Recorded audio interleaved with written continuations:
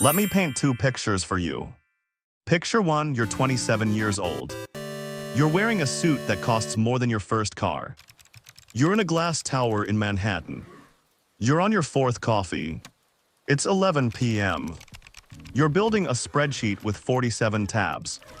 Your boss just sent an email, all caps, that just says fix this. You don't know what this is. You fix everything anyway. Picture two, you're 27 years old. You're wearing a hoodies. You're in a co-working space in Austin or San Francisco, or honestly, your apartment. There's a ping pong table nobody uses in the corner. You're arguing in Slack about whether the apps button should be green or teal. Someone just brought a dog to work. The dog's name is Blockchain. Both of these people work in finance. One of them works in traditional finance. One of them works in fintech. Both are real careers. Both pay real money. And if you've ever wondered what the difference actually is, what the jobs look like, what you study, what the culture is like, and which one might be right for you, then you're in the right place. Let's break it down. Okay, before we compare the two worlds, let's make sure we're clear on what finance actually means, because it's one of those words people throw around like everyone already knows. Finance, at its most basic level, is the management of money. Moving it, growing it, protecting it, lending it, investing it, and making sure the right amounts go to the right places at the right times. That sounds simple, but it applies to almost everything. When a hospital decides whether to build a new wing, that's finance. When Apple decides to buy back its own stock, that's finance. When your credit card company decides what interest rate to charge you, that's also finance, and also slightly evil but still finance. Traditional finance, what most people picture when they say a finance job, refers to the established legacy institutions and roles that have existed for decades. We're talking about banks are like J.P. Morgan Chase, Bank of America, Wells Fargo. Investment banks are like Goldman Sachs, Morgan Stanley. Insurance companies are like MetLife, Prudential. Asset management firms are like BlackRock, Vanguard, Fidelity. And there are hedge funds and private equity firms. These are institutions that have existed in some form for anywhere from 50 to 200 years. They move enormous amounts of money. We're talking trillions of dollars in assets. They are heavily regulated. They are hierarchical. And they tend to have very clearly defined career paths. Now, fintech, short for financial technology, is what happens when someone looks at all that and says, what if we did this but on an app? What if we made it faster, cheaper, and available to anyone with a smartphone? Fintech companies are technology companies whose core product is a financial service. Think about apps and platforms you've probably already used, Venmo or Cash App for sending money to friends, Robinhood for trading stocks from your phone chime, or Revolut for mobile banking. Affirm or Klarna for buy now, pay later. Credit Karma for checking your credit score for free. Coinbase for buying cryptocurrency. These are all fintech companies. They are not banks in the traditional sense, though many have banking licenses now. They are tech companies that happen to be in the money business. And it's a massive, rapidly growing business. The global fintech market was valued at roughly $340 billion in 2024 and is projected to reach over $1.5 trillion by 2030. That's not a niche. That's an entire economic force reshaping how money works. Let's start with traditional finance, because this is what most people imagine when they hear finance career.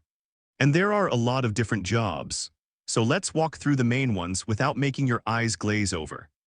Starting with investment banking analyst and associate. This is the one you see in movies. The one with the 80-hour work weeks and the brutal hours and the big bonuses. Investment bankers help large companies and governments raise money, either by issuing stock going public on the stock market or by borrowing issuing bonds. They also advise on mergers and acquisitions, basically when one company wants to buy another company, the pay. Starting salaries for analysts out of undergrad at top firms can be $110,000 to $130,000 base salary, with bonuses that can bring total compensation to $180,000 to $200,000 in the first year. At top firms, yes, that's a lot of money. Yes, it comes with a cost. That cost is your sleep, your hobbies, your social life, and sometimes your sanity. A common joke in investment banking is, we hire people with no life so they don't notice they're not getting one. Then there's financial analyst. This is one of the most common entry-level finance roles. Financial analysts research companies, industries, or economic trends and create reports and models to help companies or investors make decisions. Think of them as the people who answer questions like, should we invest in this company? Or is this acquisition a good deal? They're the people behind the spreadsheets, and there are a lot of spreadsheets. Average salary for a financial analyst in the US is around $85,000 to $110,000, depending on the industry and location. There's portfolio manager or asset manager. These are the people who actually manage large pools of money, pension funds, mutual funds, endowments on behalf of clients or institutions. They decide what to buy, what to sell, and when. They are essentially professional investors at scale. This is typically a role you build up to after years of experience as an analyst. Senior portfolio managers at large firms can earn $300,000 to several million dollars per year, depending on their performance and the size of the fund. Then there's risk manager. Every financial institution needs people who figure out what could go wrong and quantify how wrong it could go.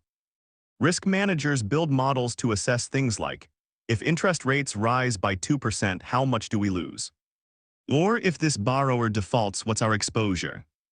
After the 2008 financial crisis, which was largely a catastrophic failure of risk management, this role became extremely important and well compensated. Average salaries range from $100,000 to $200,000 at large institutions. There's financial advisor or wealth manager. These are the people who help regular humans or very rich humans manage their personal finances, investments, and retirement planning. Think the person you go to when you have money and need a plan. Some are independent, some work at banks or advisory firms. Compensation varies widely. Many work partly on commission, others on flat fees. Average income for a financial advisor is around $90,000 to $150,000 per year, but top wealth managers at private banks can earn much more. The culture in traditional finance is formal. Hierarchical. Suits are sometimes literally still suits. Clear paths for advancement. Analyst, associate VP, director, managing director. Long hours, especially at banks and funds. Very strong alumni networks. Prestige-driven culture. The kind of place where your university name still opens doors, and where acronyms fly around like confetti, M&A, IPO, DCF, IRR, and you're expected to know them. Now let's switch over to Fintech, where things look and feel very different, even though the underlying goal moving and managing money is basically the same. Starting with product manager. This might be the most sought-after role in Fintech, and it barely exists in traditional finance in the same form. A product manager at a Fintech company is basically the person responsible for a specific feature or product, like the loan application flow or the investment dashboard or the peer-to-peer payment feature. They sit between the engineers who build things and the business who need those things built, and make sure the right things get built in the right order for the right reasons. You don't need to be a coder. You need to understand users, understand the market, prioritize ruthlessly, and communicate clearly. This role is in massive demand right now. Average salaries at mid to large fintech companies range from $120,000 to $180,000, often with equity company stock on top. Then there's software engineer or developer. Fintech is, at its core, a tech industry. The engineers who build the apps, the API, which are like digital bridges connecting different software systems, and the infrastructure are central to every fintech company. Fintech pays very competitively for engineers, often on par with Silicon Valley tech firms. A mid-level software engineer at a fintech company can expect $130,000 to $180,000 in base salary, often with significant equity. Senior engineers and engineering managers can clear well over $200,000. And unlike traditional finance, you don't necessarily need a finance background. You need strong coding skills. Python, Java, and JavaScript are common, and the finance knowledge often comes on the job. There's data analyst or data scientist. Fintech companies are swimming in data. Every transaction, every click, every loan application, every credit check generates data. Data analysts and scientists turn that raw data into insights that drive product decisions, risk models, fraud detection, and customer targeting. This role exists in both traditional finance and fintech, but fintech tends to use more cutting-edge tools, machine learning, AI models, real-time data pipelines, compared to the Excel-heavy world of traditional finance. Salaries range from $90,000 for entry-level analysts to well over $200,000 for senior data scientists at top fintech companies. There's compliance and regulatory affairs. Here's an underrated one. Because fintech companies are financial companies, they're subject to many of the same regulations as traditional banks: anti-money laundering laws, consumer protection regulations, data privacy requirements. Compliance professionals in fintech make sure the company stays on the right side of these laws while still being able to move fast and innovate. It's a critical, high-demand role, especially as regulators have been catching up to fintech at speed. Compliance professionals in fintech earn roughly $90,000 to $160,000, and demand is growing significantly as the industry matures. There's fraud and risk analyst. Every time someone makes a digital payment or takes out an online loan, there's risk it might be fraudulent. Fintech companies need analysts who understand fraud patterns, build detection models, and work to prevent financial crime. This is a uniquely fintech-flavored role. It combines finance knowledge with data analysis and sometimes behavioral psychology. Average salaries, $80,000 to $130,000. The culture in fintech, casual. Flat, fewer levels of hierarchy. Move fast, build things, hopefully not break the things that hold people's money. Lots of cross-functional collaboration. Equity and stock options are common parts of compensation. Remote-friendly.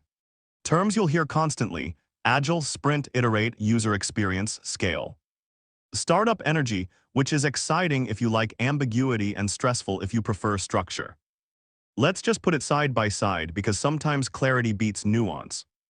For salary, traditional finance, especially investment banking and asset management, can offer higher starting salaries and bigger bonuses at the top. But the top of fintech, senior engineers, founding team members with equity, can generate extraordinary wealth if the company succeeds. Early employees at companies like Stripe, Chime, or Robinhood became millionaires through equity. High-level comp in both industries is exceptional. For hours, traditional finance, particularly investment banking, is notorious for 80 to 100-hour work weeks, especially early in your career. Fintech tends toward more standard tech company hours, still demanding, often 50 to 60 hours at startups, but rarely the investment banking death march. For stability, traditional finance institutions have been around for decades. They are not going anywhere. Fintech startups, by contrast, can fail. Roughly 90% of fintech startups don't survive their first 5 years, the same brutal statistic that applies to most startups. Working at an early-stage fintech carries real risk. For prestige versus excitement, traditional finance still carries institutional prestige. Goldman Sachs, J.P. Morgan, BlackRock are names that open doors. Fintech offers the excitement of building something new, moving fast, and potentially disrupting industries. Which one matters more is entirely personal. What you need to get in. Traditional finance typically wants a finance, economics, or accounting degree, strong analytical skills, Excel mastery, and ideally a prestigious university name on your profile. A CFA, Chartered Financial Analyst designation, is gold in asset management. Fintech is more skills-based and less credential-dependent, especially on the tech side. Strong coding, data skills, product thinking, or UX design can get you in the door without a traditional finance degree. Around 35% of fintech employees come from computer science backgrounds, with finance and economics second. OK's real talk. How do you know which path to pursue? Ask yourself these questions. Do you care more about the deal or the product? If you light up at the idea of advising a company through a merger, structuring a bond deal, or managing a billion-dollar portfolio, traditional finance is probably your world. If you get excited about building an app that helps people send money instantly, or designing a credit scoring algorithm that's actually fair. Fintech is calling. Do you want structure or autonomy? Traditional finance gives you a very clear ladder. You know exactly what the next step looks like, what the title is, and roughly what you'll earn at each level. Fintech can be more chaotic. Your role might shift, your company might pivot, your job title might change 3 times in 2 years. Some people thrive in that. Some people need structure to do their best work. Know which one you are. Are you more numbers or systems? Both industries use numbers heavily. But traditional finance is more about financial modeling, valuation, and market analysis. Fintech is more about building systems, analyzing behavioral data, and optimizing digital products. The skills overlap, but the emphasis differs. What's your real-life risk tolerance? Working at a hot fintech startup can be incredibly exciting and financially rewarding if it takes off. It can also mean layoffs and a suddenly worthless equity stake if it doesn't. Traditional finance is slower, more stable, and less likely to disappear under you. Neither is wrong, just different bets. Here's the truth nobody fully says out loud: the lines are actively blurring. Traditional banks are building their own fintech products aggressively. JP Morgan spent over $15 billion on technology in 2023 alone. And fintech companies, as they mature, are starting to look more like traditional financial institutions, with compliance teams, regulated products, and structured hierarchies. The future of finance is fintech. But the people who understand traditional finance deeply will always be valuable in both worlds. So here's the final summary. Traditional finance is established, prestigious, lucrative, structured, demanding, slower to change. Great if you want clear career progression, enjoy markets and deals, and can handle intense pressure in exchange for serious compensation. Fintech is fast-moving, tech-driven, equity upside potential, collaborative, less formal, higher startup risk. Great if you're tech-savvy, love building products, value flexibility, and want to be part of reshaping how money actually works for everyday people. Both are legitimate, valuable, and genuinely exciting, which is something the finance industry doesn't say about itself enough.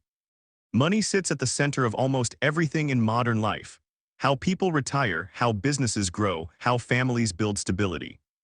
The people who understand how to manage, move, and build better systems around it are doing genuinely important work. And here's the thing about the next decade: you don't have to fully pick a side forever. Skills travel between worlds. A financial analyst who learns Python becomes incredibly valuable in fintech. A fintech product manager who learns financial modeling becomes more credible at every table. The best move is to understand the fundamentals of finance and how technology is changing them. The suit and the hoodie are starting to share an office. Figure out which chair you want to sit in, and then go get the skills that put you in it. Hope you gain some insights. Hit like and subscribe. See you in the next video.